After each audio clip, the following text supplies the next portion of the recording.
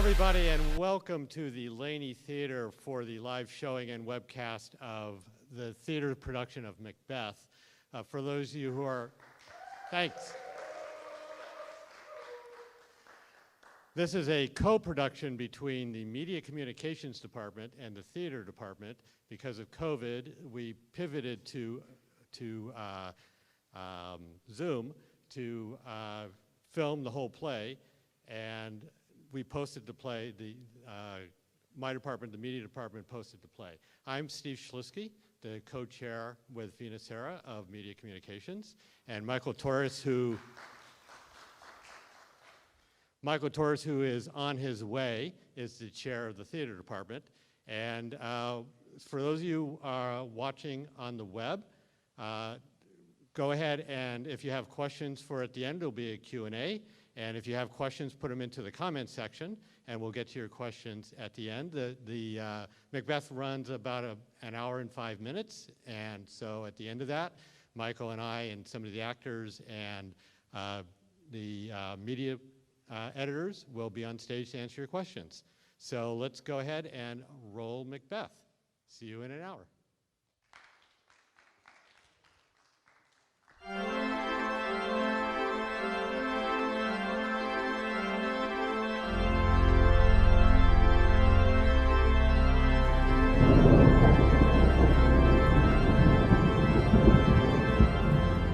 When shall we three meet again? In thunder, lightning, or in rain? When the harlot is done, when the battle is lost and won. That will be air, the set of sun. Where the place? Upon the heath. There, to meet with Macbeth. Fair is foul, if foul is fair, cover through the fog and fill the air.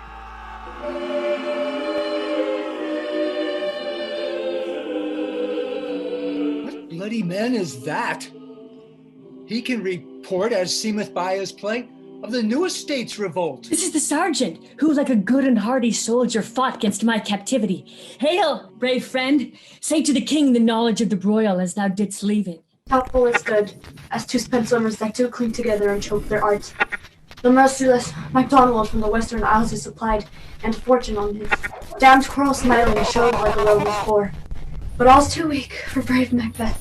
Disdaining fortune with his brandished steel, which smoked with bloody execution, carved out his passage till he faced the slave, which ne'er shook hands, nor bade farewell to him till he unseamed him from the nave to the chops and fixed his head upon our battlements. Valiant cousin, worthy gentleman! Mark, King of Scotland, mark. No sooner justice had with valid arms, but the Norwegian lord, surveying vantage, with furbished arms and new supplies of men, began a fresh assault. Dismay this not our captains, Macbeth and Banquo? Yes, as sparrows, eagles, or the hare, the lion. If I say sooth, I must report they were, as cannon over tongues with double cracks, except they meant to bathe in reeking wounds, or memorize another Golgotha. But I cannot tell. I am faint. My gashes cry for help. So well thy words become thee. As thy wounds, they smack of honor both. Go get him, surgeons! Who comes here? The worthy Thane of Ross. What a haste looks through his eyes. God save the king. Whence came you, worthy Thane? From Fife, great king, where the Norwegian banners flout the sky and fan our people cold. Norway himself, with terrible numbers, assisted by that most disloyal traitor, the Thane of Cawdor, began a dismal conflict, till that the dauntless Macbeth confronted him with self-comparisons, point against point, rebellious arm against arm, curbing his lavish spirit, and, to conclude, the victory fell on us. Great happiness! No more that Thane of Cawdor shall deceive our bosom interest. Go, pronounce his present death, and with his former title greet Macbeth. I'll see it done. What he hath lost, noble Macbeth hath won.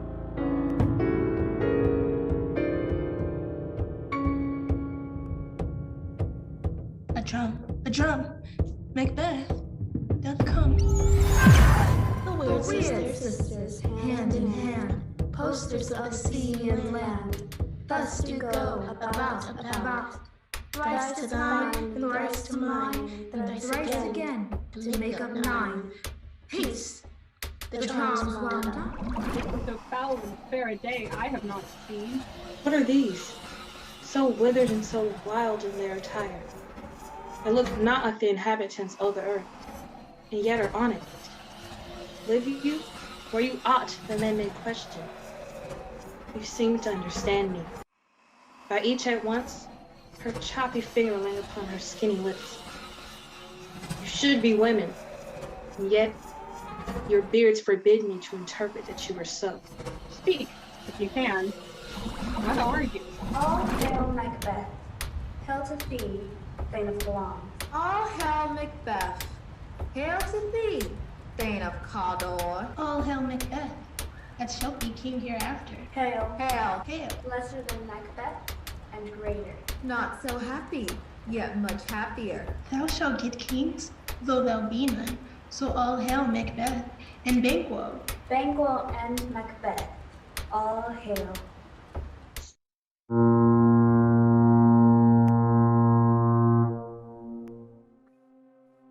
O worthiest cousin, noble Macbeth, would thou hadst less deserved, that the proportion both of thanks and payment might have been mine. Only I have left to say, more is thy due than more than all can pay. Welcome hither. I have begun to plant thee, and will labor to make thee full of growing. Noble Banquo, thou art no less deserved, nor must be known no less to have done so. Let me enfold you and hold you to my heart. My plenteous joys, wanton in fullness, seek to hide themselves in drops of sorrow. Sons, kinsmen, thanes, and you, whose places are nearest, know we will establish our estate upon our eldest Malcolm, whom we name hereafter the Prince of Cumberland, which honor must not unaccompanied invest him only, but signs of nobleness, like the stars, shall shine on all deservers. From hence, we'll home with you and bind us further to you, my worthy Cawdor.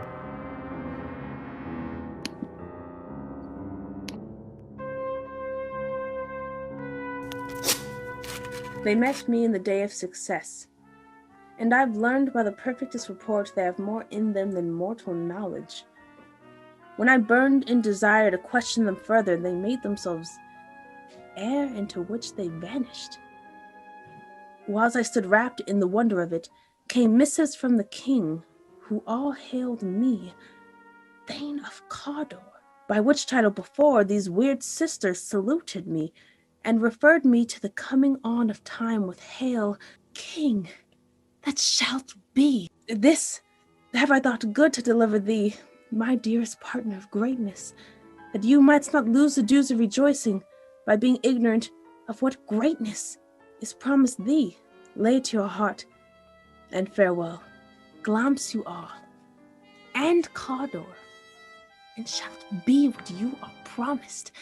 Yet do I fear your nature is too full of the milk of human kindness to catch the nearest way. You wouldst be great, are not without ambition, but without the illness should attend it. Hie thee hither, that I may pour my spirit in thine ear, and chastise with the valor of my tongue all that impedes thee from the golden round, which fate and metaphysical aid doth seem to have thee crowned withal. The king comes here tonight. You art mad to say it. Is not your master with him, who, were it so, would have informed for preparation? You art mad to say it. Is not your master with him, who, were it so, would have informed for preparation? You art mad to say it. Is not your master with him, who, were it so, would have informed for preparation? So please you, it is true. Our Thane is coming. The raven himself is hoarse, that croaks the fatal entrance of Duncan under my battlements. Come, you spirits that tend on mortal thoughts. Unsex me here, and fill me from the crown to the toe top full of direst cruelty. Make thick my blood. Stop up the access and passage to remorse, that no compunctious visitings of nature shake my fell purpose, nor keep peace between the effect and it. Come to my woman's breast, and take my milk for gall.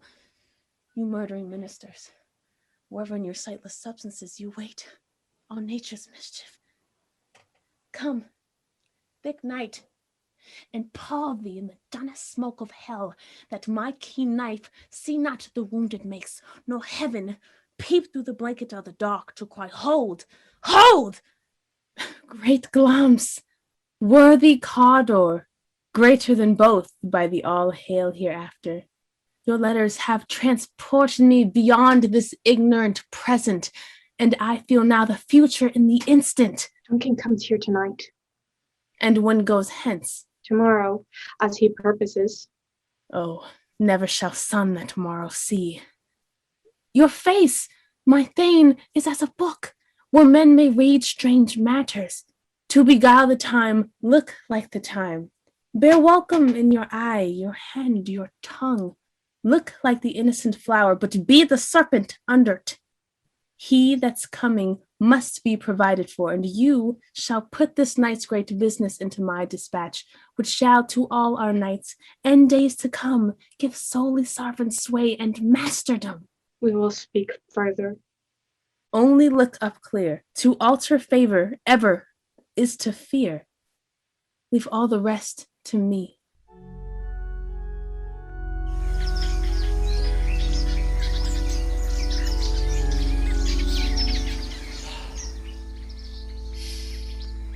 This castle hath a pleasant seat.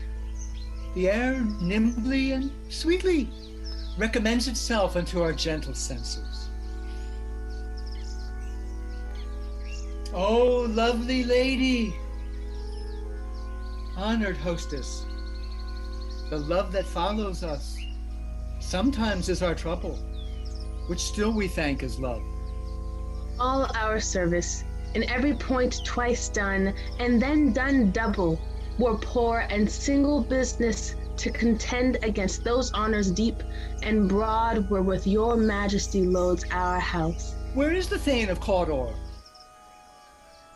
We coursed him at his heels and had a purpose to be his purveyor, but he rides well, and with his great love, sharp as his spur, hath holped him to his home before us. Fair and noble hostess, we are your guests tonight. Oh, lovely lady, give me your hand. Conduct me to mine host. We love him highly, and will continue our graces toward him. By your leave, hostess.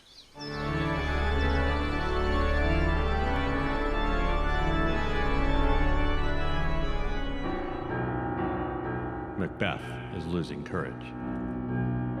Lady Macbeth, scolding him for leaving the banquet, severely degrades his fear. Challenging his manhood, Lady Macbeth plans to get King Duncan's guards drunk enough so they sleep through the king's assassination. Macbeth, adding to the plan, uses the king's guards' own knives, framing them for the crime.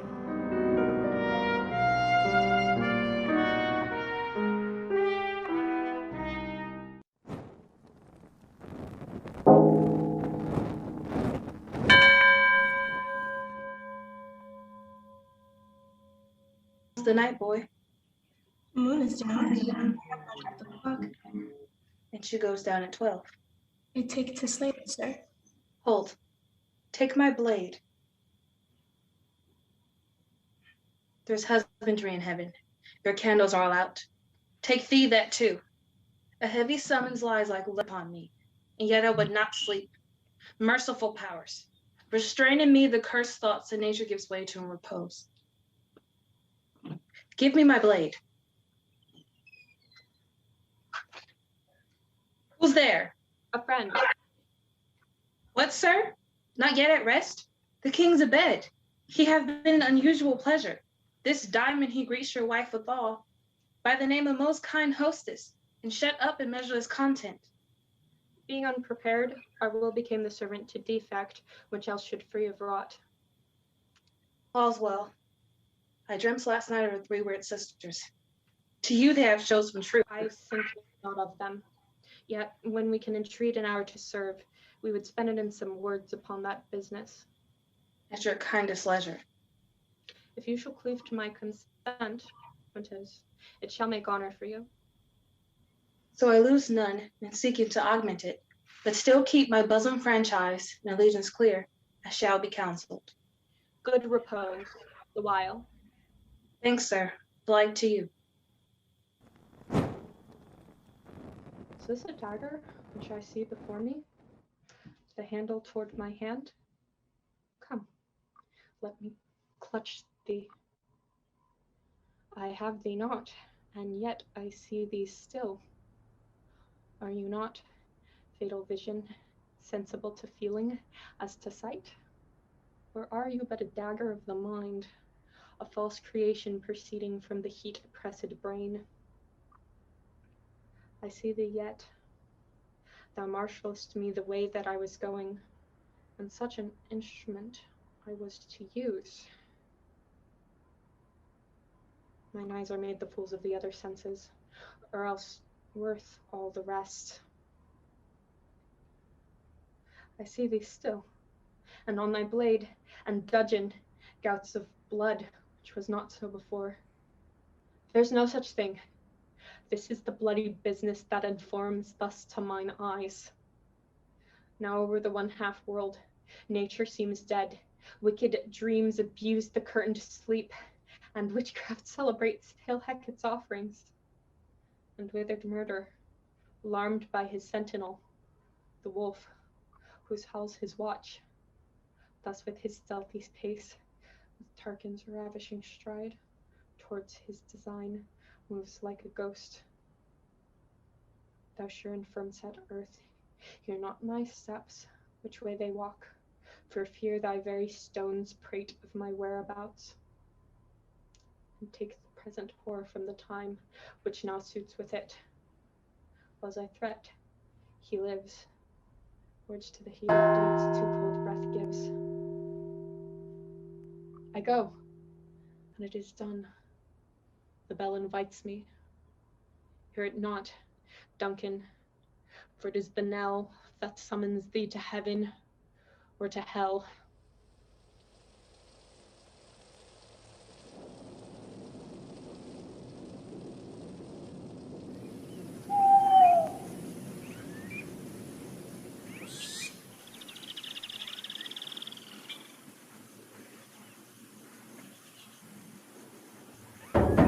Who's there? What? Ho! I've done the deed. Didst thou not hear a noise? When? As I descended? Hark! Who lies in the second chamber? Methought there's one that did laugh in his sleep, and one cried, "Murder!" That they did wake each other. I stood and heard them, but they did say their prayers and addressed them again to sleep. One cried, "God bless us," and amen. The other, as they had seen me with these hangman's hands, was in their fear. I could not say amen when they did say, "God bless us." But wherefore could I not pronounce amen? I had most need of blessing, and amen stuck in my throat. Methought I heard a voice cry, "Sleep no more! Macbeth does murder sleep." The innocent sleep, sleep that knits up the raveled sleeve of care, the death of each day's life, sore labor's bath, balm of hurt minds, great nature's second course. Still it cried, "Sleep no more," to all the house. Bloms hath murdered sleep, therefore Quodor shall sleep no more. Macbeth shall sleep no more. I'll go no more. I'm afraid to think what I have done. Look on it again I dare not.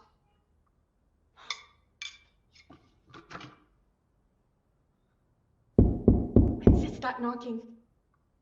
How's it with me when every noise appalls me? What hands are here? They pluck out mine eyes. Will all great Neptune's ocean wash this blood clean from my hand? No, this my hand will rather the multitudinous seas incarnadine, making the green one red. To know my deed, 'twere best not know myself. Wake Duncan with thy knocking!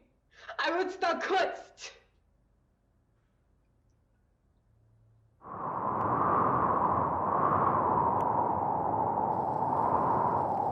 Oh, Banquo! Banquo! Our royal master's murdered! Whoa. Yes. What? In our house? Too cruel anywhere. Dear Dove, I pray thee, contradict thyself and say it is not so. Had I but died an hour before this chance, I had lived the blessed time. For from this instant, there's nothing serious in mortality. All is but toys, renown, and grace is dead. The line of life is drawn. What is amiss? You are, and do not know it. The spring, the head, the fountain of your blood is stopped. The very source of it is stopped. Your royal father's murdered. Oh, by whom? Those of his chamber, as it seemed, had done it. Their hands and faces were all badged with blood. So are their daggers, which, unwiped, had fallen upon the pillows. They stared and were distracted. No man's life was to be trusted with them. Oh, yet I do repent me of my fury that I did kill them. Wherefore did you so? Who can be wise, amazed, temperate and furious, loyal and neutral in a moment? No man. The expedition of my violent love outrun the pause of reason. Here lay Duncan, his silver skin laced with his golden blood, and his gashed stabs looked like a breach in nature for wounds wasteful entrance. There, the murderers, steeped in the colors of their trade, their daggers unmannerly breached with gore. Who could refrain that had a heart to love, and in that heart courage to make love known? Help me hence. Oh. Look to the lady. Why do we hold our tongues that most may claim this argument for ours? What should be spoken, let's away. Our tears are not yet brewed, nor our strong sorrow upon the foot of motion. Looks to the lady. And when we have our naked frailties hid, that suffer in exposure, let us meet and question this most bloody piece of work to know it further. Fears and scruples shake us. In the great hand of God I stand, and thence, against the undivulged pretense, I fight of treasonous malice. And so do I. So all. Let us briefly put on manly readiness and meet in the hall together. Well contented. Well contended.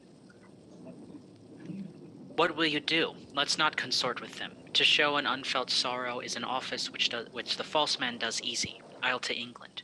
To Ireland I. Our separate fortune shall keep us both the safer. Where we are, there's daggers and men's smiles. The near in blood, the nearer bloody. This murderous shaft that shot hath not yet lighted, and our safest way is to avoid the aim. Therefore to horse, and let us not be dainty of leave-taking, but shift away.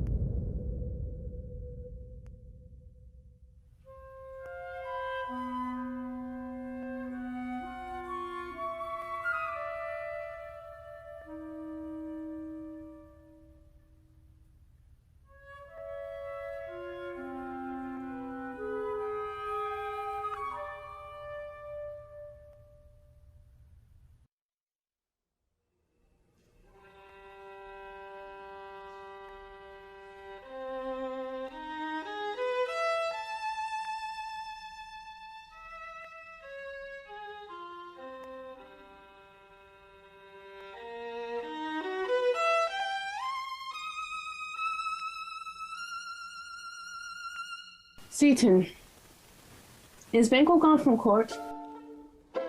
Aye, madam, but returns again tonight. Say to the king I would attend his leisure for a few words. Madam, I will.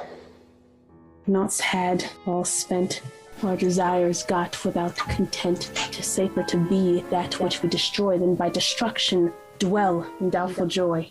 How now, my lord? Why do you keep alone of sorriest fancies your companions making?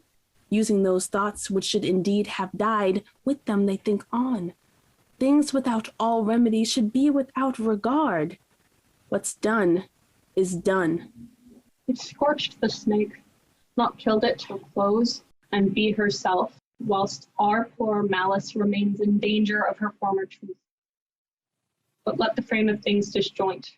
Both the world suffer, ere we will eat our meal in fear and sleep in the affliction of these terrible dreams that shake us nightly. Better be with the dead, whom we, to gain our peace, have sent to peace, than on the torture of the mind to lie in restless ecstasy. Duncan is in his grave, after life's fitful fever he sleeps well. Nor steel, nor poison, malice domestic, foreign levy, nothing can touch him further.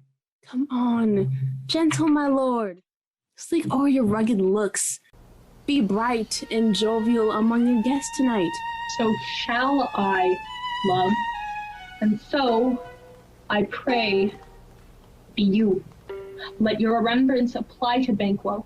Present him eminence, both with eye and tongue, unsafe the while, that we must wash our honors in these flattering streams, and make our faces vizards to our hearts, disguising what they are. You must leave this. Oh, full of scorpions is my mind, dear wife.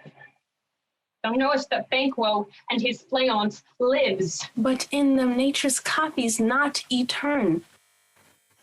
There's comfort yet. They are assailable. And be you joyful. Ere the bat hath flown his cloistered flight, ere to black Hecate summons the shard-born beetle with his drowsy hums hath rung night's yawning peal, there shall be done a deed of dreadful note. What's to be done? Be innocent of the knowledge, dearest Chuck, till thou applaud the deed. Come, sealing night, and with thy bloody and invisible hand, cancel and tear to pieces that great bond which keeps me pale. Light thickens, and the crow makes wing to the rooky wood. Good things of day begin to droop and drowse, while night's black agents to their praise do rouse. Thou marvelest at my words, yet hold be still. Things bad begun make strong themselves by ill. So, pray you,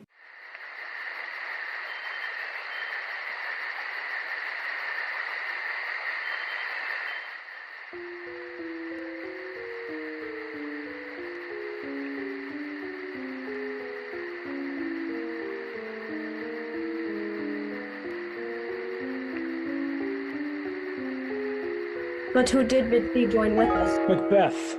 He needs not our mistrust. Then stand with us. The west yet glimmers with some streaks of day, and near approaches the subject of our watch. A light! A light! Is he? Stand to it. It will be rain tonight. Let it come down. Who did strike out the light? What's not the way? There's but one down. The sun is fled. We have lost best half of our fare. Well, let's away and say how much is done.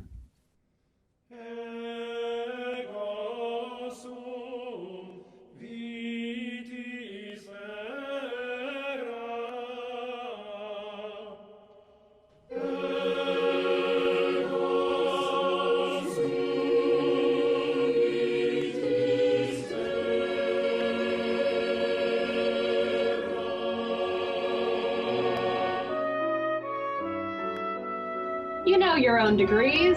Sit down. At first and last, the hearty welcome. Thanks to your majesty. Thanks to your majesty. Thanks to your majesty. Ourself will mingle with society and play the humble host.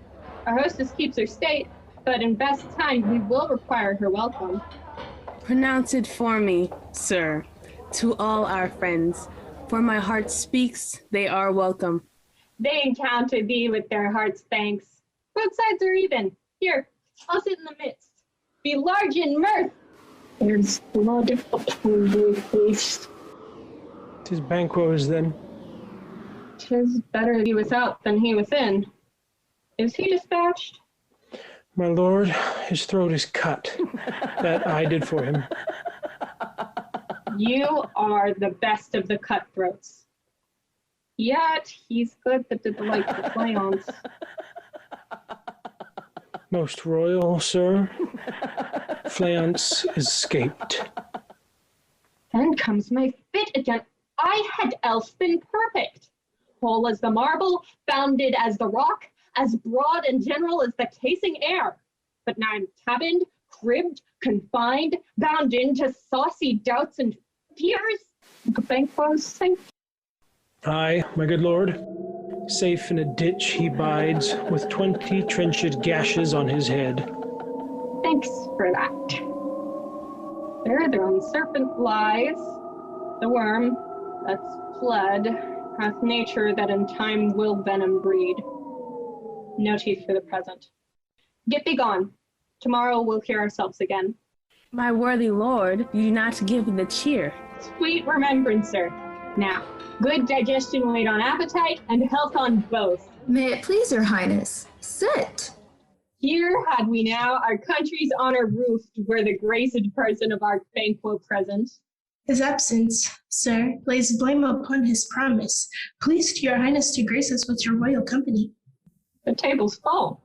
Here is a place reserved, sir. Where? Here, my good lord. We should be from the rest. Thou canst not say I did it. Never shake thy gory locks at me. Gentlemen, rise. His highness is not well. Sit, worthy friends. My lord is often thus, and hath been from his youth. Pray you, keep seat. The fit is momentary. Upon a thought, he will again be well. If much you note him, you shall offend him and extend his passion. Feed and regard him not. Are you a man? I, and the fool, the one that dare looks on that which might appall the devil. Oh, proper stuff. This is the very painting of your fear. This is the air-drawn dagger which you said led you to Duncan. All these flaws and starts, imposters to true fear, would well become a woman's story at a winter's fire, authorized by her grandam. Shame itself. Why do you make such faces? When all's done, you look but on a stool. Prithee, see there. Behold, look. Lo, how say you? If you can nod, speak too. Charnel houses and our graves must send those that we bury back. Our monuments shall be the malls of kites.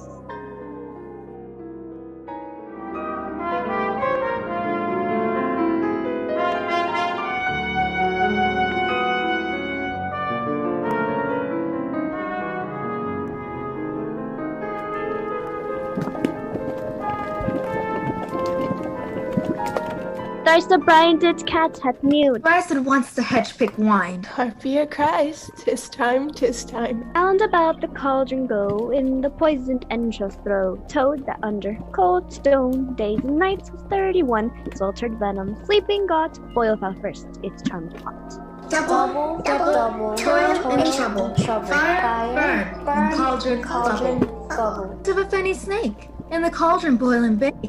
Eye of newt and toe of frog, wool of bat and tongue of dog, adder's fork and blindword sting, lizard's leg and howlet's wing. For a tall, powerful trouble, like a hell broth boil and bubble.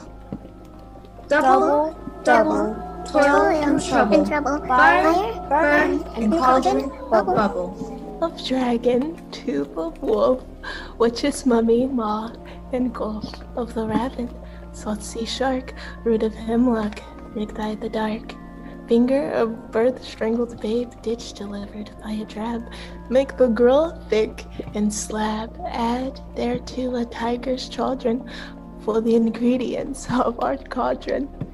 Double, toil and trouble. Fire, burn, cauldron, bubble. Dust for the baboon's blood, then the charm is firm and good. By the prickling of my thumbs, something wicked this way comes.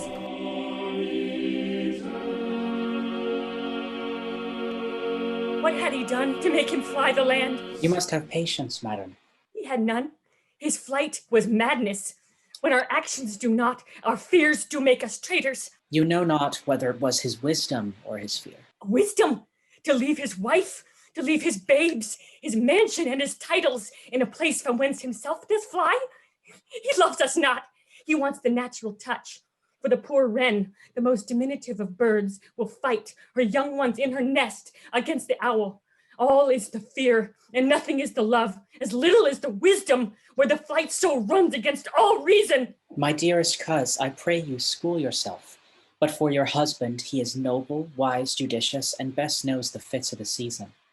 I dare not speak much further, but cruel are the times when we are traitors and do not know ourselves, when we hold rumor from what we fear, yet know not what we fear, but float upon a wild and violent sea each way and move. I take my leave of you. Shall not be long, but I'll be here again. Things at the worst will cease, or else climb upward to what they were before. My pretty cousin, blessing upon you. Fathered he is, and yet he is fatherless. I am so much a fool. Should I stay longer, it would be my disgrace and your discomfort. I take my leave at once. Sirrah, your father is dead. And what will you do now? How will you live? As birds do, mother. But with worms and flies? With what I get. Poor bird. My father is not dead, for all you're saying. Yes, he is dead. And what wilt thou do for a father? Nay, how wilt thou do for a husband? Why, I can buy me 20 at any market. Then you'll buy him to sell again. How thou speakest with all thy wit, and yet of faith with wit enough for thee. Was my father a traitor, mother? Aye, that he was. What is a traitor? Aye, one that swears and lies. And be all traitors that do so? Aye, every one that does so is a traitor, and must be hanged. And must they all be hanged that swear and lie? Aye, every one. Who must hang them? By the honest men. Now, God help thee, poor monkey, but what wilt thou do for a father? If he were dead, you'll weep for him. Prattler, how you talk. Bless you, fair dame. I am not to you known. I doubt some danger does approach you nearly. Be not found here, hence with your little ones. To fright you thus, methinks I am too savage. To say more to you were fell cruelty, which is too nigh your person. Heaven preserve you. I dare abide no longer. Whither should I fly? I have done no harm. But I remember now, I am in this earthly world, where to do harm is often laudable, to do good sometime accounted dangerous folly. Why then, alas, do I put up this womanly defense to say I have done no harm? What are these faces?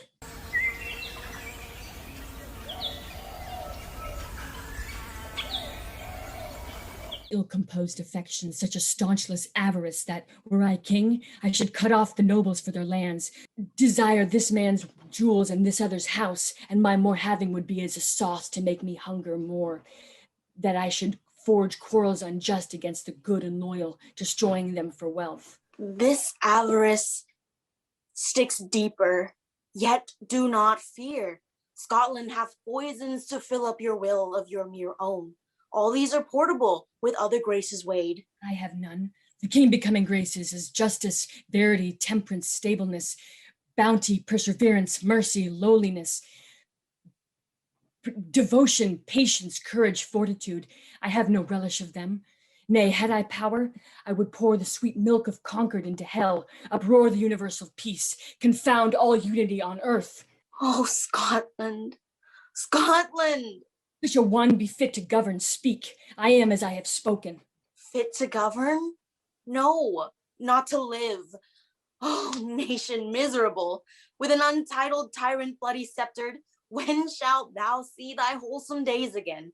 Since that the truest issue of thy throne, by his own interdiction, stands accused.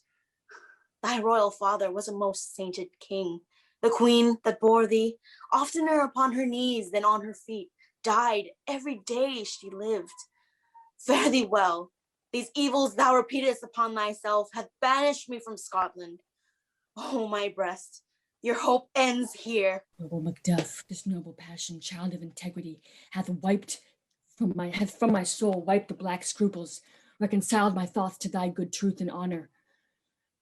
Devilish Macbeth by many of these trains hath sought to win me into his power, and modest wisdom plucks me from overcredulous haste.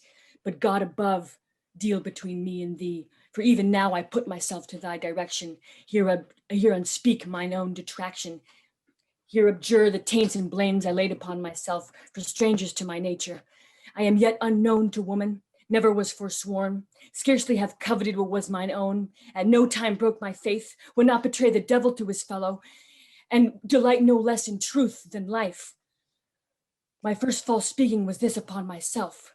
What I am truly is thine, and my poor country's to command, whither indeed before thy here approach, old Seward with 10,000 warlike men already at a point was setting forth. And now, our chance of goodness be like our warranted quarrel. Why are you silent? Such welcome and unwelcome things at once. 'Tis hard to reconcile. See, who comes here? A countryman, yet I know him not. My ever gentle cousin, welcome hither. I know him now. Good God, but times remove the means that make us strangers. Sir, amen. Stands Scotland where it did. Alas, poor country, almost afraid to know itself, it cannot be called our mother, but our grave, where nothing but who knows nothing is once seen to smile, where sighs and groans and shrieks that rent the air are made, not marked, where violent sorrows seem a modern ecstasy. Oh, relation, too nice and yet too true. What's the newest grief? That of an hour's age doth hiss the speaker. Each minute teems a new one. How does my wife? Why, well. And all my children? Well, too. The tyrant has not battered at their peace? No, they were well at peace when I did leave them. Be not ignorant of your speech. How goes? When I came here to transport the tidings, which I have heavenly borne, there ran a rumor of many worthy fellows that were out, which was to my belief witnessed the rather, for that I saw the tyrant's power afoot. Now is the time of help. Your eye in Scotland will create soldiers. Be it their comfort, we are coming thither. Gracious England hath lent us good Seward with 10,000 men. An older and a better soldier, none that Christendom gives out. Would I could answer this comfort with the like, but I have words that would be held out into the desert air, where hearing should not latch them. What concern they? The general cause?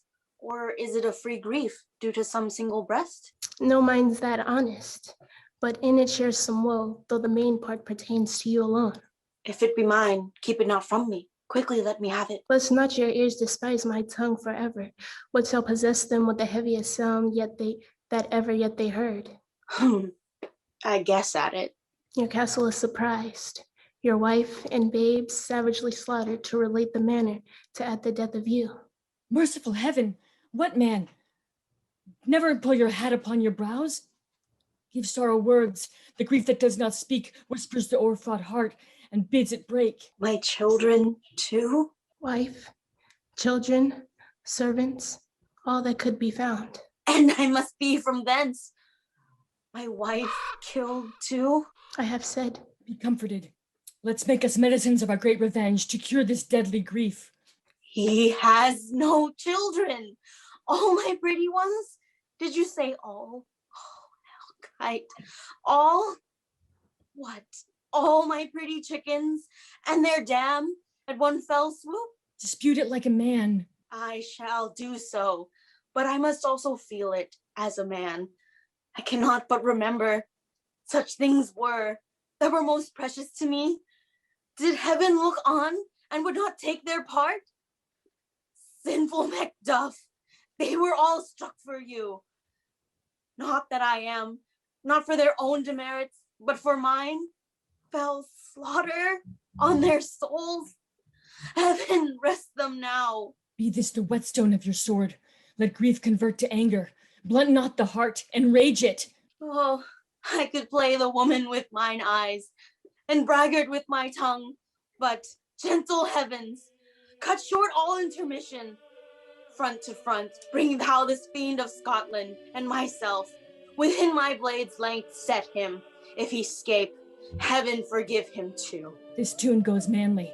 Come, go we to the king. Our power is ready. Our lack is nothing but our leave. Macbeth is ripe for shaking, and the powers above put on their instruments. Receive what cheer you may. The night is long that never finds the day.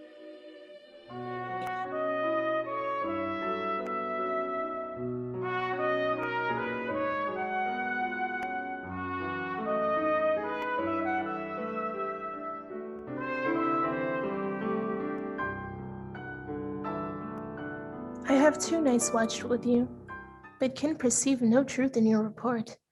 When was it she last walked? Since His Majesty went into the field, I have seen her rise from her bed, throw her nightgown upon her, unlock her closet, take forth paper, hold it, write upon't, read it, afterwards seal it, and again return to bed. Yet all this while in a most fast sleep. A great perturbation in nature to receive at once the benefits of sleep and do the effects of watching. In this slumbery agitation, besides her walking and other actual performances, what, at any time, have you heard her say? That, sir, which I will not report after her. You may, to me, and 'tis most meet you should. Neither to you nor anyone, having no witness to confirm my speech. Lo you, here she comes. Observe her, stand close. How came she by that light? Why, it stood by her. She has light by her continually. 'Tis her command. You see, her eyes are open. Aye, but their sense are shut.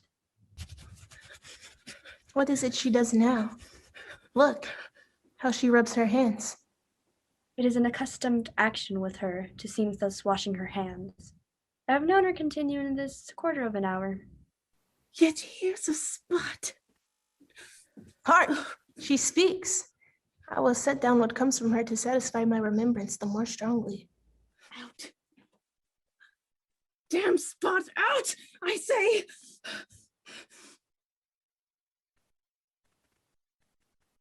One, two. Why then, 'tis time to do't. Hell is murky. Fie, my lord, fie! A soldier interfered? What need we fear who knows it, when none can call our power to account? Yet who would have thought the old man to have had so much blood in him?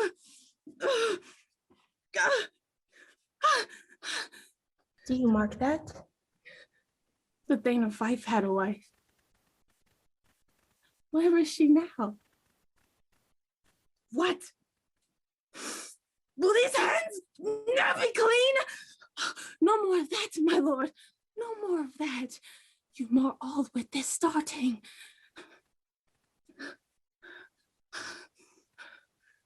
Go to, go to.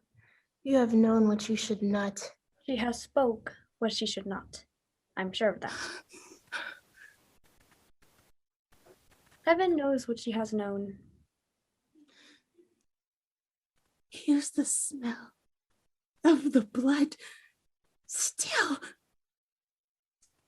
All the perfumes of Arabia will not sweeten this little hand.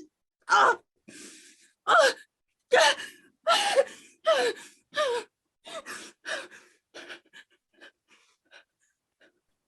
What a sigh is there. A heart is sorely charged. I would not have such a heart in my bosom for the dignity of the whole body. Well, well, well. Pray God it be, sir. This disease is beyond my practice. Yet I have known those which have walked in their sleep, who have died holily in their beds. Wash your hands. Put on your nightgown. Look not so pale. I tell you yet again, Banquo's buried. He cannot come out on's grave. Even so? To bed. To bed. There's knocking at the gate. Come, come, come, come. Give me your hand.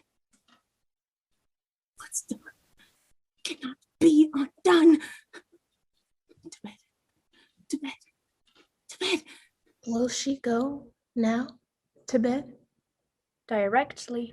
Foul whisperings are abroad. Unnatural deeds do breed unnatural troubles. Infected minds to their deaf pillows will discharge their secrets. More needs she the divine than the physician. God, God forgive us all. Look after her. Remove from her all means of annoyance, and still keep eyes upon her. So, good night. My mind she has mated, and amazed my sight. I think, but dare not speak. Good night, good doctor.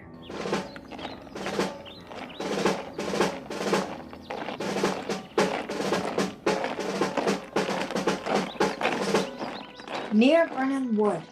Shall we well meet them? That way, are they coming? Who knows if Donalbain be with his brother? For certain, sir. He is not. I have a file of all the gentry. There is Seward's son, and many unrough youths, that even now protest their thirst of manhood. Great Dunsinane he strongly fortifies. Some say he's mad. Others that lesser hate him do call it valiant fury, but for certain he cannot buckle his distempered cause within the belt of rule. Now does he feel his secret murders sticking on his hands? Now, minutely revolts on great his faith breach. Those he commands move only in command, nothing in love. Now does he feel his title hanging about him, like a giant's robe upon a dwarvish thief. Bring me no more reports. Let them fly all. Till Burnham Wood removed to Dunsinane, I cannot taint with fear. What's the boy Malcolm? Was he not born of woman? The spirits that know all mortal thoughts have pronounced me thus. Fear not, Macbeth, for no man that's of a woman born shall ever have power upon thee. Then fly, false thanes, and mingle with the English epicures. The mind I sway by, and the heart I bear, shall never sag with doubt, nor shake with fear. The devil damn thee, black, thou cream-faced loon. Or goddess thou that goose look? There's 10,000 geese, villain. Soldiers, sir. Go, take thy face hence, and o'erread thy fear, thou lily-livered boy. What soldiers? Patch. Death of thy soul. Those linen cheeks of thine are counselors to fear. What soldiers? Away, face. The English force, so please you. Take thy face hence. Satan! I am sick at heart when I behold Satan! I say! This push will cheer me e'er, or deceit me now. I have lived long enough. My way of life has fallen into the sear. The yellow leaf, and that which should accompany old age is honor, love, obedience, troops of friends. I must not look to have, but in their stead, curses. Not loud, but deep. Mouth honor, breath, Satan! What's your gracious pleasure? What news more? All is confirmed, my lord, which was reported. I'll fight, till from my bones my flesh be hacked. Give me my armor. Tis not needed yet. Well, put it on. Send out more horses. Skirt the country round. Hang all those that talk of fear. Give me mine armor. How does your patient, doctor? Not so sick, my lord, as she is troubled with thick-coming fancies that keep her from her rest. Cure her of that. Canst you not minister to a mind diseased? Pluck from the memory a rooted sorrow? Raise out the written troubles of the brain, and with some sweet, oblivious antidote, cleanse the stuffed bosom of that perilous stuff which weighs upon the heart? Therein, the patient must minister to himself. Throw physic to the dogs. Oh, none of it! Come, put mine armor on. Give me my staff. Seaton, send out. Doctor, the thanes fly from me. Come. Sir, dispatch. If you could, doctor, cast the waters of my land, find her disease, and purge it to a sound and pristine health, I would applaud thee to the very echo that should applaud again. Pull it off, I say. What rhubarb, chyme, or what purgative drug could scare these English hence? Hearest thou of them? Aye, my good lord, your royal preparation makes us hear something. I will not be afraid of death in vain till Burnham Wood removed to Dunsinane.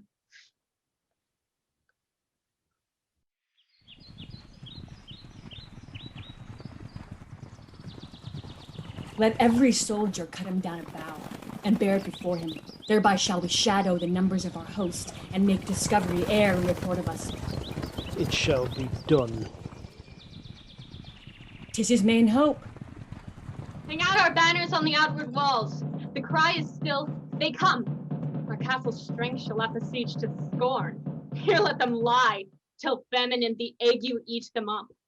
Were they not forced with those that should be ours, we might have met them dareful, beard to beard, and beat them backward home. What is that noise? 'Tis the cry of woman, my good lord. I've almost forgot the taste of fears. The time has been that my senses would have cooled to hear a night shriek. I've supped full with horrors. Horror, familiar to my slaughterous thoughts, cannot once start me. Wherefore was that cry? The queen, my lord, is dead. She should have died hereafter. There would have been time for such a word.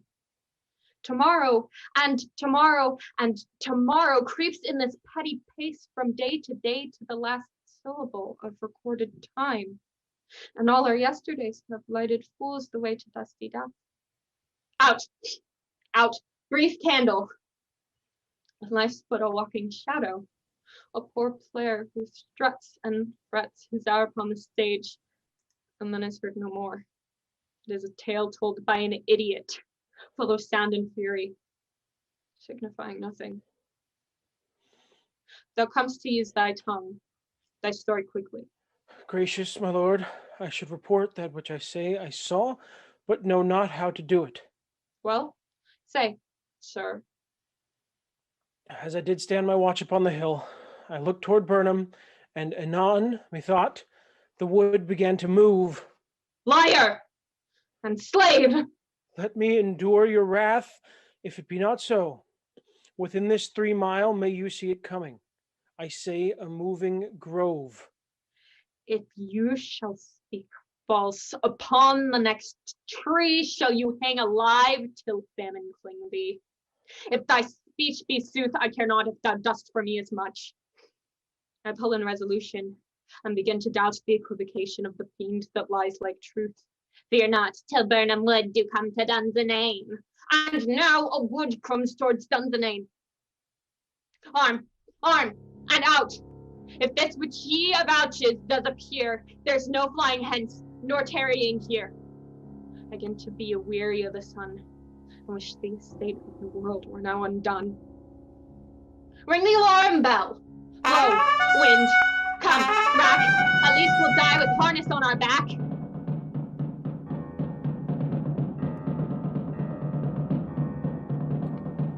Now, near enough. Your levy screens throw down, and show like those you are. You, worthy uncle, shall with my cousin, your right noble son, lead our first battle.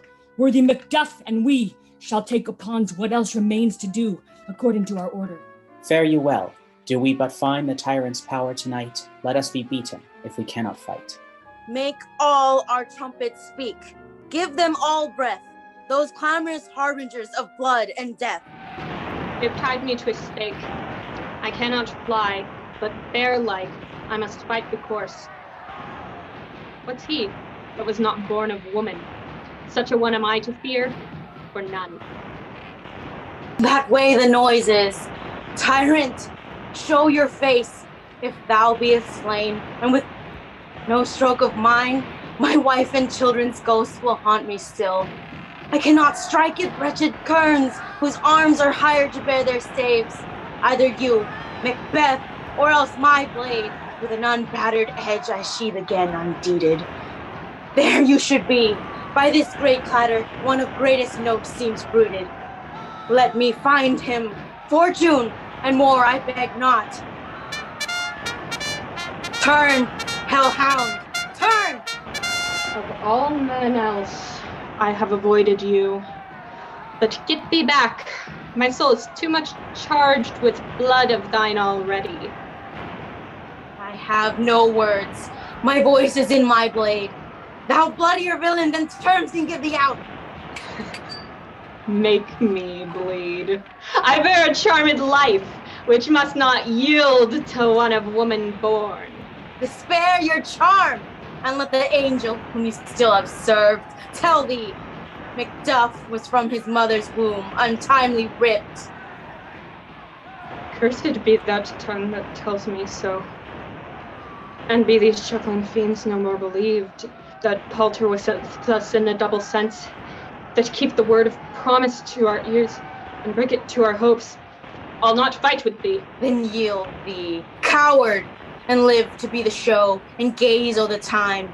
We'll have thee, as our rare monsters are, painted upon a pole and underwrit. Here may you see the tyrant. I will not yield to kiss the ground before young Malcolm's feet, and to be baited with the rabble's curse. Though Burnham would be come to Dunsinane, and you opposed, being of no woman born, yet I will try the last. Before my body I throw my warlike shield. Lay on, Macduff, and damned be him that first cries, hold and up!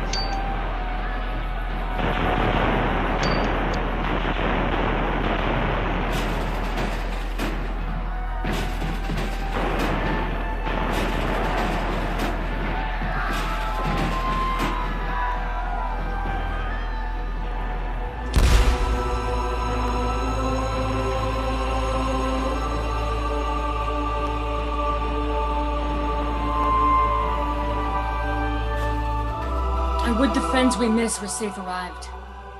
Hail, King, for so you are. Behold, where stands the usurper's cursed head.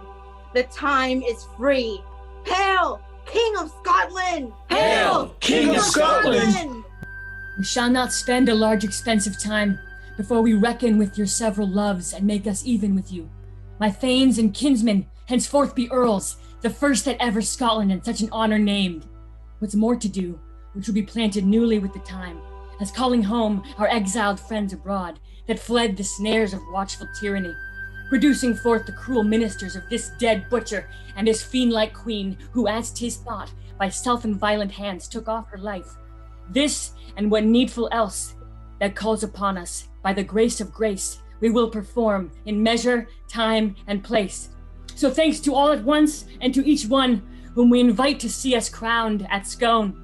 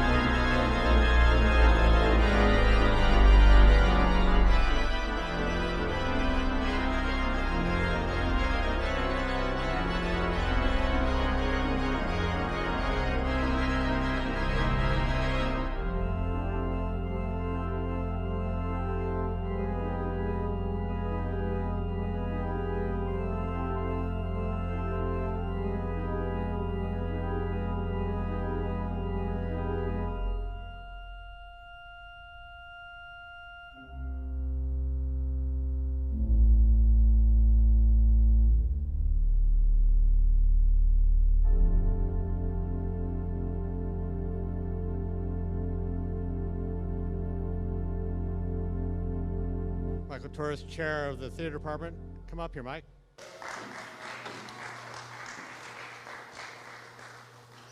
And two of the student editors are here. Susan, why don't you come on up? And behind the camera is Emilio. And there's a number of actors that were in this performance. So can I just have you stand?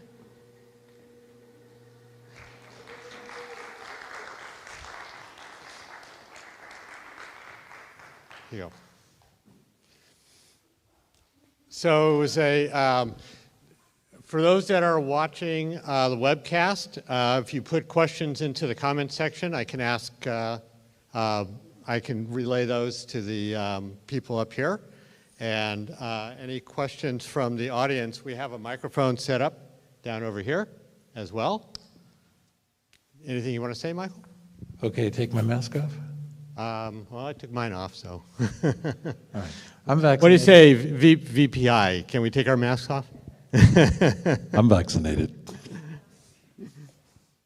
I didn't mention it before, but this was sort of an avant-garde telling of Macbeth.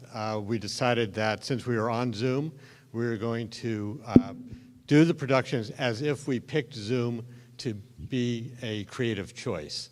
And because Zoom is a bunch of little boxes, we decided to make it look like a graphic novel. And so we really sort of went to town on that idea, and it made it a very way out version of Macbeth. Anything you want to say? Can we sit? Not gonna sit in the middle.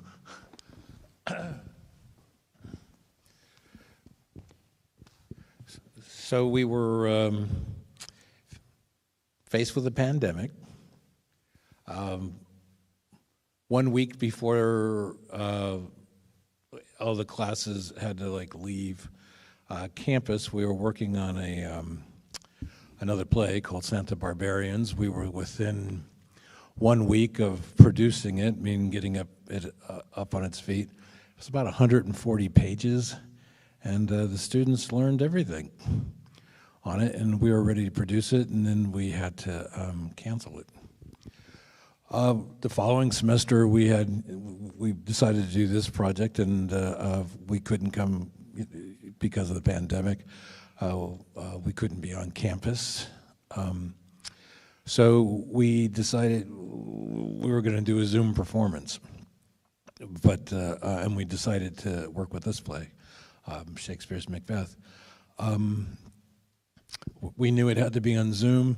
The students really are into zines, which, if you don't know what a zine is, it's a homemade makeshift magazine that young folks will put together and place, like in bookstores that are still around or libraries and things that you could pick up. And sometimes they're just picture books, sometimes they have poetry in them. So we thought, let's work with the zine idea. Steve and I we had a conversation about working together and putting it all together and getting this graphic novel kind of zine-y kind of feel to it, and that we took advantage of being in the rectangles because it had that kind of look to it, and committed to doing the play in that art form, and started to train the actors to act in rectangles, theater actors who are much more used to performing on stage and being much larger, in their performance skills. And here we needed to bring everything down from very large gestures and stuff to what would be in the eyes and in the face. So more filmic type acting. But we didn't want to lose the theatricality of it either. So we looked for creating more of a hybrid form for acting in this particular format.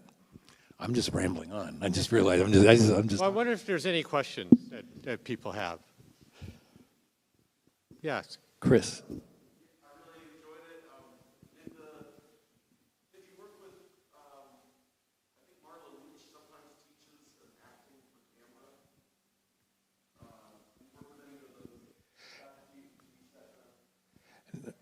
We don't. That comes out of the media communications department, and we weren't running that class because, because of the pandemic.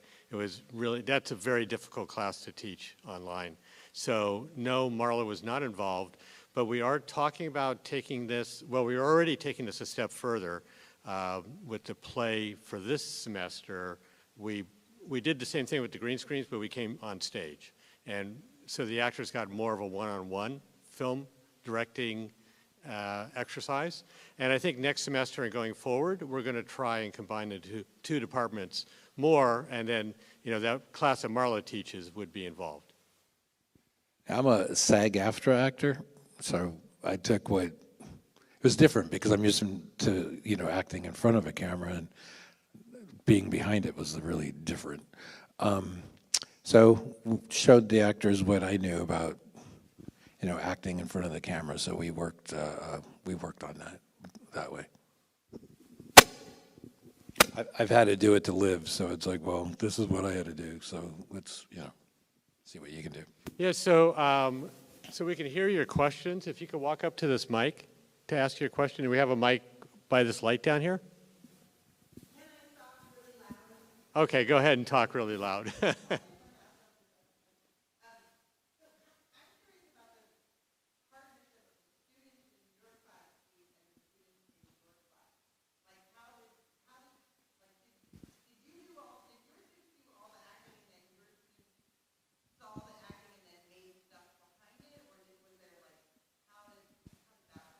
Well, why don't we have one of my students answer that question? I don't know how to use a microphone. So as a student, we sat in on a Zoom conference and basically watched the actors get a lesson in real time about how to set up a green screen, how to set up their light, how to be able to be recorded, to use audio, and that was kind of it. They were on their own. Then after a certain amount of time, then we were sent the footage. And as student editors, and Emilio can attest to this also, is we just basically were let free to do what we wanted. Yeah, the actors pretty much, they were with me the entire semester, and we worked on the acting one-on-one. And we have several professional community partnerships here in the Bay Area. One of the professional partnerships that we have is with Cal Shakes, which is the biggest and the most popular of Shakespeare companies in the state. And their dramaturg, Philip Kelly, pretty much mentored Lady Macbeth and Macbeth, teaching them dramaturgy and how dramaturgy translates into acting. I do want to say, in addition to what those two particular students, Sundi and Felix, did so well that they have been hired to dramaturg Twelfth Night, the musical, over at the San Francisco Playhouse, which is a professional Union Square, theater company. It's huge. They're getting paid for it, and they're under Philippa's tutelage. But the department's very, very, very proud of them because it's not a hard. It's a hard gig to get, and they got it. And the guy who played Seton, Miguel, he's been hired over at the SF Playhouse as well to run their soundboard for the musical. So he's got to balance out those voices and stuff. So we're really proud of those three actors that were working on this particular gig that were seen by Cal Shakes, and Cal Shakes has moved them forward to the SF Playhouse. And more great stuff is going to happen at their theater because of the relationship. I also wanted to say that because Michael's students were doing the green screen in their own lighting, and it's something that they're not really trained in, so it created a real life experience for editors, for the editors working with me, that there were a lot of issues that needed to be corrected in post. And it really felt like, I worked a whole career at a television station, and a lot of what you do as an editor is fix all the issues that happen in production. And because of the technical issues, the editors of this piece, the media editors, had a lot of problem solving to take care of. So there was a lot of this real world experience that I think maybe you don't get when the departments are all within themselves. And so not to say anything about his actors, they acted fine. It's just the technical issues came up that then we had to solve. So they would show me, what would you call them, rushes? I would say, you guys would say. So, and watch and then give a little direction here and there, but I don't know anything about directing for film. So I was kind of going to school too, while listening to them and then saying what images I might see, and then they would translate it, and it was awfully impressive and fun. And it was really interesting to hear the media students talking about things that they were learning that they might not learn particularly in the classroom, which kind of goes to contextual learning, you know, when you're hands-on like that, and actually putting a piece together.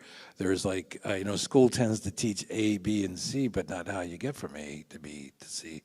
And while working on a project, they were learning, oh, this is how you actually get to B, and this is how you actually get to C, which really accelerated, from my perspective, you know, their learning experience. And I don't know, I thought that was really exciting to witness another department's growth, you know, on a joint project.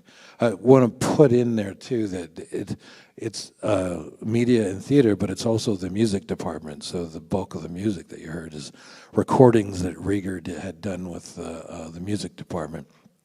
And we're hoping to do more work like this where we can use canned music or recorded music from music department. More work with the media department. However, you know, we're uncertain right now as to like how the classes come together. How, you know, I just want to point out, and these guys deserve a round of applause because they volunteered. You know, my students got credit, and you know, it was my class, so I got paid for it. But they volunteered. You know, so. That kind of heart work, just, you know, I don't know. It's very touching to me. But now it's like, well, you can't, you know, there's no way we can continue with heart work. We got to figure out with, I mean, we can, but we need to like figure out how to combine, you know, how to come together and where people aren't having to volunteer to do it. You know, so that's something that we're talking about because. Well, I mean, there's culinary arts has started to like play with us and stuff, and students are getting to know what craft services might be like, and it's really nice and yummy and stuff. And graphic arts would be kind of great to kind of partner with because there's animation that we could put into this work that would be really fun. And many other departments, you know, that we could collaborate with and work as taking certain departments, bringing them together to create a production company thing, so to speak, which I think would be really exciting. I want to, this is a live webcast, and I just wanted to respond to some of the comments that we're getting. And Tamil Gilkerson, you remember Tamil, says, I love the collaboration and innovation with the graphic novel and ZoomZine. It really came together brilliantly. Congratulations, Michael and Steve. Special shout out to Mark Razone, masterful, my friend. Thank you for the invite to attend. See, he's here with us as well. That's another collaboration. We collaborated with geography.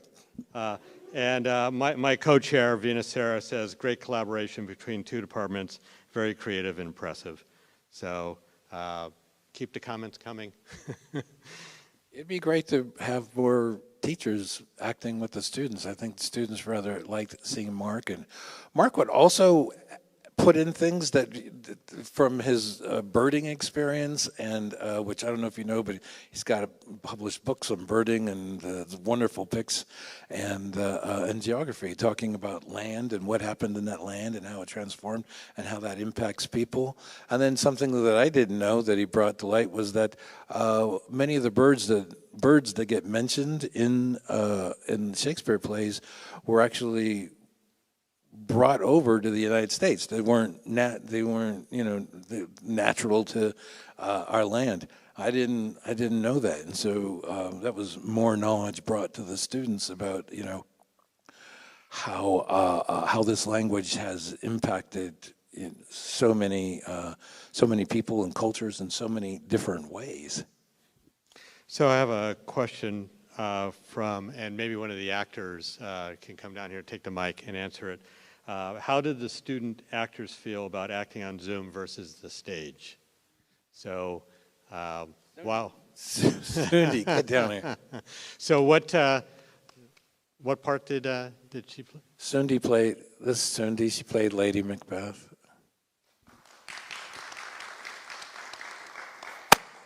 Why don't you come up here so we can see you? So everybody using my mic. Yeah.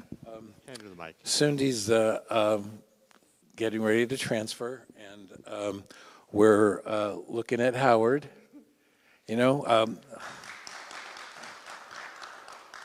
Of course, Howard is where Chad Boseman,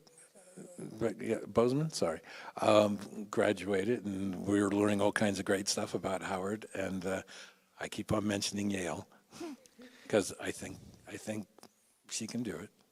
But here. So this question was from Jackie Graves, and she asks, how do the students, actors feel about acting on Zoom versus the stage? It was chaotic and also really, okay, I am vaccinated. It was a lot of fun, but it was a whole lot to handle at once. I was one of the students that was doing the Santa Barbarians project. And, that was like our element, what we were training to do for me over the past 2 years. And suddenly we were told not to come to school for a year. So all we had were our laptops and, weird Wi-Fi connections. And Michael said, yeah, let's let's do this. Let's do this on Zoom. And, like they were talking about, we had to learn how to make our surroundings work, make our bedrooms, make our living rooms work, try to find the best lighting, the best time to film, how to, take everything we've learned from the stage and put it into the ZoomZine that we made for Macbeth. And we learned so much in such a short amount of time, and it's really a unique experience that I'm very grateful for. I'm thankful for all of you for allowing us to be a part of that. Yes. I think it's sort of a testament to, we had this whole thing with COVID, and how do we teach our disciplines? Our discipline is so face-to-face, one-on-one. How do you train somebody to run a camera, from miles away? And we, rather than sort of balk at and say, well, we can't do this, and let's not do anything for a semester, we came up with a creative solution. And I think that's the nature of our discipline, is to find creative solutions to things. Yes, go ahead. I wondered how did everyone rehearse? Like, were you in a scene together, like on Zoom at the same time, or was it all done one person at a time, one speech at a time, pretending to be other people? I would say that was the closest experience to being back on stage. But also it was, a lot of people came on at separate parts of the separate stages of the experience. So a lot of students were learning their lines during the summer or months ahead of time, doing research and studying. And then when the semester started, we added more students and more people who wanted to be involved, so we had to adapt to that as well. Specifically for rehearsals, we would all be on Zoom, and at this point, we would all have our lines studied and learned, and we would just do each scene, whatever scene we're focusing on. Michael would give us notes. We would, talk to each other. We'd go to breakout rooms. And yeah, so it was a rehearsal, but on Zoom. And then when it came to actually filming it, that was a very isolating aspect. Because even in scenes where you're talking to other people, it would often be you, Michael, and our stage manager, Oliver. Yeah, in a breakout room. It'd be just 3 people for a scene where there could have been like 5. So you really had to be engaged with what was going on with the scene, with the character, the context, and really understand it to make it coherent. I think Susan has some comments. So one of the things that I have that struck me the most in working together and continuing this through this semester is you hear the term an idea whose time has come. And it seems like a no-brainer. Why have our departments not collaborated up to this point? I don't know. All I know is that we are now. One of the other things that I really wanted to say, though, is working with the actors is just mind-blowing to me. I have no idea how it is that they remember their lines, and then having to do it for film this semester, they had no idea that not only would they have to remember their lines, they'd have to do their lines again and again and again. It's just, I mean, really kudos to these actors. They're just tremendous. And we should tease this next performance, which we've already started working on, Disbelief, is a play that has been performed once, Michael? Disbelief was performed once? Performed once, brought here as a stage play, but we're doing it on stage rather than on Zoom, and we're shooting it as a film shoot. So the actors are together, and we're filming them doing over-the-shoulder shots and single shots and 2 shots and things like that. So they're getting a real training in film technique.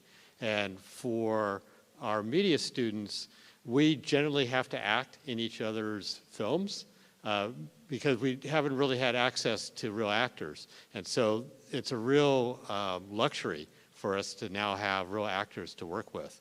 And so we're really looking forward to when we get back face-to-face full-time again to be able to collaborate with the theater department and with their actors. This Disbelief, which is next semester's project, which is what Steve is talking about, it was one of the first Zoom performances, professional Zoom performances in the country. I was cast in that production. When did the pandemic, like 2020 is when the pandemic, so it was like June of 2020 or something like that. So I talked to the playwright about, could I get the rights to do it for, school production, and the playwright granted that. And we talked with Steve and his team, and this is a step up from what we just did with the Zine Zoom. It's much more sophisticated. We were here on stage shooting with the cameras. We shot 7 or 8 scenes. There's 27 scenes altogether. And next semester, we're combining it with a live performance. So you'll see filmic acting and theatrical acting. And we're figuring out how do we bring both acting styles together in a coherent way, to tell the story. I think it's going to be really cool. Combining both same actors, only acting in film and acting live on stage. I think it's really flexing the actors' muscles. It's broadening their training so that not only do they learn to act on stage, but they also learn to act in front of the camera too, which is going to increase their chances of being employed in the professional realm. So I have another question from Venus Sarah, the co-chair of media department. This question is for Susan. What did you learn as an editor? I think the biggest thing that I learned as a student editor and kind of a novice at that was that I really could handle what was being thrown at me. I had no idea that I could do that. I didn't know that I could work with seemingly disparate parts and put it together and tell some kind of a story in a creative way. And to be able to keep some continuity between the other editors. We briefly met, I think about, what was it, once a week, I think, and kind of looked at each other's work, but to be able to keep this continuity together, I think was the most important thing. Any other questions? Just kind of edit our language. There's a lot of language work that we did. We didn't do the traditional sort of European way of like handling Shakespeare, unstressed, stress, unstressed, stress. We treated it more, we paid, the focus was on the muscularity of the language, the rhythm of the language. A lot of attention went to alliterations and certain consonant sounds and stuff. So we worked rhythmically and sonically on the language, which really accelerated the acting for this particular format. Because we focused mostly on the structure of the language, it allowed the actors' subconscious to drive the characters. So it allowed them to kind of just drop in and do it. They made sure that they were structurally and technically hitting, certain consonant sounds and words, and then they just took off with it. And I'd watch and give notes, and that would be kind of it. If we were working on stage, it would have been a whole other thing, because we don't have the luxury of the camera and the actor's body tells the story. So I thought the actors did really well in making that adjustment and kind of doing soul work, with the piece, right along with paying attention to their structural work. I was showing Beth the other day when we had a meeting about how that kind of works with all the color coding and stuff. So I was showing the dean the color coding. Yeah, it's like learning to read code on language. So it's pretty cool. I have another comment here from Tamil, and this is to what Susan was saying. I had no doubt you could do it, Susan. You're amazing. I love your work. I also wanted to shout out to Enrique, who's sitting way back there, who was our third editor, way back up there in the corner. And Emilio, you want to say a couple things? Oh, sure. Yeah, Emilio was so we had 3 student editors working on this. How was it as editing this project? Sure. Oh, echoey. It was really interesting working on this project. I've never done any kind of like real performance, if that makes sense. Only like stuff for like family videos or, like contracted work, stuff that's like.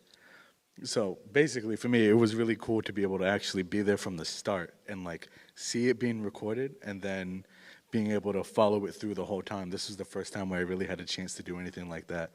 And what it really was helpful for is helping me to hone the skills that I had been learning, because I have never professionally like been taught or how to do editing. Everything I've done to learn has been like self-taught. So now it really let me, hone my skills in green screening, honing my skills in making backgrounds and making everything coherent. So it really gave me that kind of in-look into a professional setting. It's really good to give students this kind of experience. It's a real-world experience that you just sort of thrown in, and you know that you're going to have this audience that is not your schoolmates, but this outside world, and got to deal with the fear and building confidence in yourself. So it really is an opportunity. I jump at this kind of opportunity for my students because it doesn't really come around that often where they really get this professional experience in a school setting. I saw a hand there.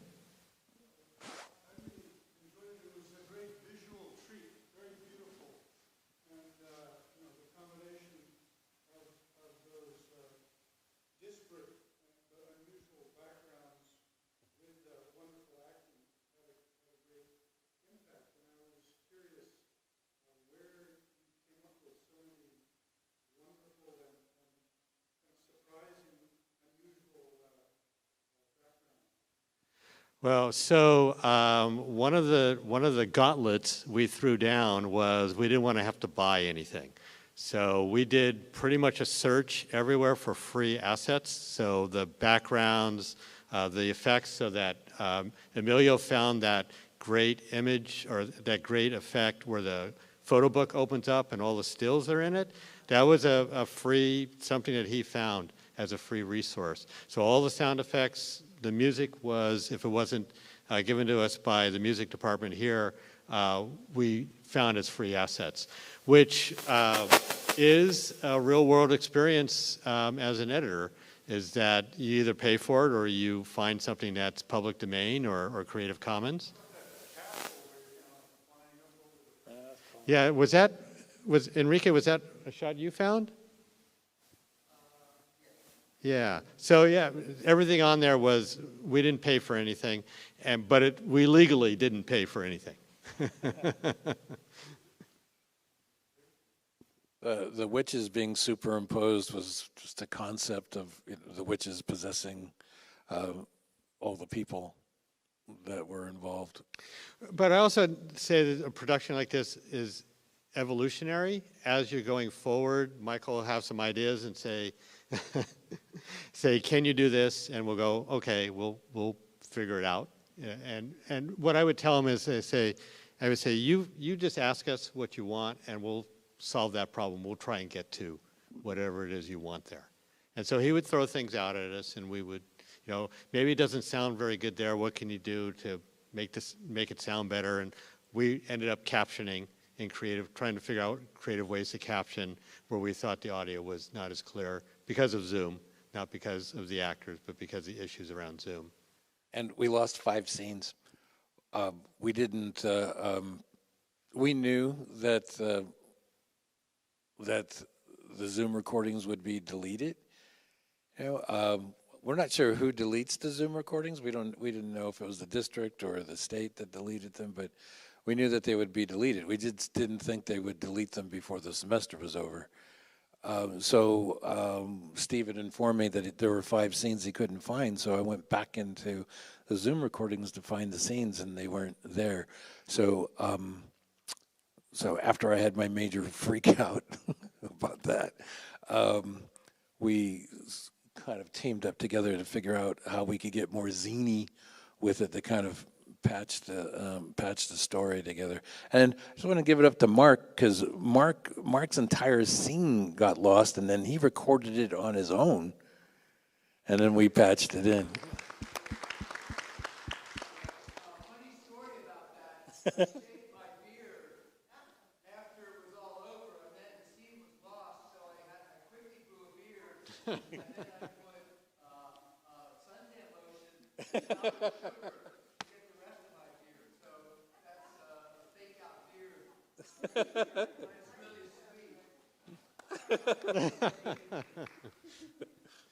Yeah, soon he said that's dedication. I also want to mention that that we do have food in the lobby. We've got cookies and lemonade and water for everybody who showed up. Those people who are watching on the webcast, you don't get any. We get it all. So this next production of Disbelief, the film, the green screen and the film effects are so much more sophisticated. It's amazing how large the imagery can become, the expanse of it off of a green screen. So I'm awfully impressed with what the media department is doing with the backgrounds, and then I was learning a lot of stuff from them about camera angles and over the shoulder and OTS, and learning a whole new vocabulary on how to work in that format. And that was actually really exciting and fun. We had to teach him when to say action. Yeah, when to say action. So if you, I would just, often I would just kind of stare at him and like, why don't they do anything? And then like, you gotta say action, Michael. I was like, oh, action. And then the other rule is that the actors are supposed to keep going until you yell cut. They're supposed to stay in character all along the way. So if Michael never says cut, they just stay in character and keep going and ad lib. So there was learning involved, but it was so fun. Well, if there are no other questions, thank you all for coming out. This is great to have you here in the theater. We're evolving this, so stay tuned.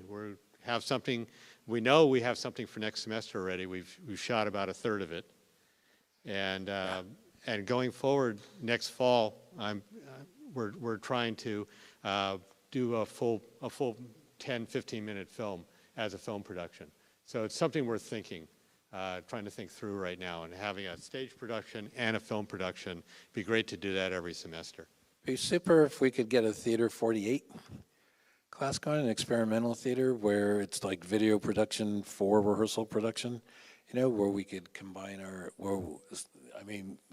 Steve could be the director of photography there, and working with whatever projects we're working on to continue the work that we're doing.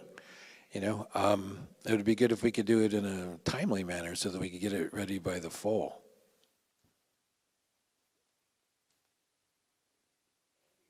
Thank you guys Thank for coming you. out. Thanks for the support. And more professors acting. I kind of love that.